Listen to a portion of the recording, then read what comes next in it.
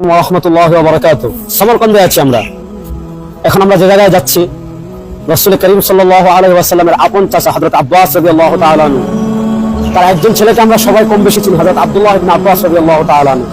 নবী করিম সাল্লাল্লাহু আলাইহি ওয়াসাল্লামের আপন আরেকজন চাচাতো ভাই ছিলেন, যিনি রাসূল করিম সাল্লাল্লাহু আলাইহি ওয়াসাল্লাম কানা ইউশবিহু বিন নবী সাল্লাল্লাহু আলাইহি ওয়াসাল্লাম। ইমাম যাহাবী রাহিমাহুল্লাহ তার তরজমা, তার জীবনী সিরাত আলামিন নুবালাতে লিখেছেন যে তিনি রাসূল করিম সাল্লাল্লাহু আলাইহি ওয়াসাল্লামের অধিক সাদৃশ্য ছিলেন, যিনি হযরত আমির মুআবিয়া রাদিয়াল্লাহু তাআলা আনহুর যুগে সমরকন্দ এসেছিলেন অভিযান পরিচালনায়, এবং এর আগে হযরত আলী রাদিয়াল্লাহু তাআলা আনহুর খিলাফতকালে তিনি মক্কার দায়িত্বে ছিলেন। হযরত আমির মুআবিয়া রাদিয়াল্লাহু তাআলা আনহুর খিলাফতকালে তিনি সাঈদ ইবনে উসমানের সাথে সমরকন্দ অভিযানে এসেছিলেন। এখানে তিনি শাহাদাত বরণ করেছেন, এখানেই তার কবর রয়েছে, যেটাকে শায়ে জিন্দা বলা হয়। আমরা রাসূল করিম সাল্লাল্লাহু আলাইহি ওয়াসাল্লামের আপন চাচাতো ভাই, যিনি হযরত আব্বাস রাদিয়াল্লাহু তাআলা ইবনে আব্বাস রাদিয়াল্লাহু তাআলা, ওনারা কিন্তু আহলে বাইতের সদস্য, রাসূল করিম সাল্লাল্লাহু আলাইহি ওয়াসাল্লামের আহলে বাইতের অন্যতম সদস্য। রাসূল করিম সাল্লাল্লাহু আলাইহি ওয়াসাল্লামের আপন চাচাতো ভাই হযরত হুসাইন বিন আব্বাস রাদিয়াল্লাহু তাআলা আনহু মাকবারা দেখতে যাচ্ছি, জিয়ারতে যাচ্ছি।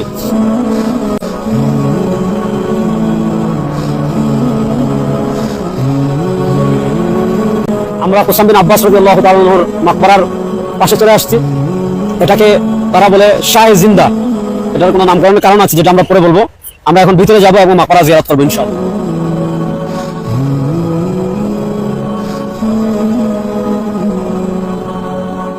রাসূল করিম সাল্লাল্লাহু আলাইহি ওয়াসাল্লামের আপন চাচাতো ভাই হযরত হুসাইন বিন আব্বাস রাদিয়াল্লাহু তাআলা আনহু, তার মাকবারা আমরা জিয়ারত করার তৌফিক হলো। এখানে তিনি ঘুমিয়ে আছেন। আল্লাহ রাব্বুল আলামিন তার কবরকে জান্নাতের টুকরা বানিয়ে দিন।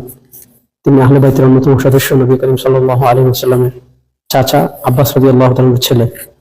ইমাম যাহাবী রাহিমাহুল্লাহ সিরাত আলামিন নুবালাতে তার জীবনীতে লিখেছেন, রাসূল করিম সাল্লাল্লাহু আলাইহি ওয়াসাল্লামকে দাফন করার সময় তিনি নবী করিম সাল্লাল্লাহু আলাইহি ওয়াসাল্লামের কবরে অবতরণ করেছিলেন, এবং সর্বশেষ হযরত হুসাইন বিন আব্বাস রাদিয়াল্লাহু তাআলা কবর থেকে উঠেছিলেন।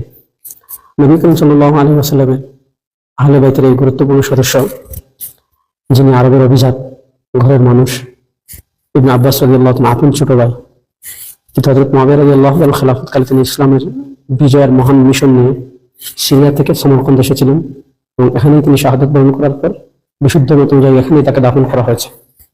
এটাই হলো ইসলামের মৌলিক দিক। ইসলামের দাওয়াতের জন্য তিনি আরামের বিছানা ছেড়ে, দেশ ছেড়ে হিজরত করে জিহাদের উদ্দেশ্যে এত দূরে এসেছেন, এবং এখানে ইসলামের আলো ছড়িয়ে দিয়ে গিয়েছিলেন।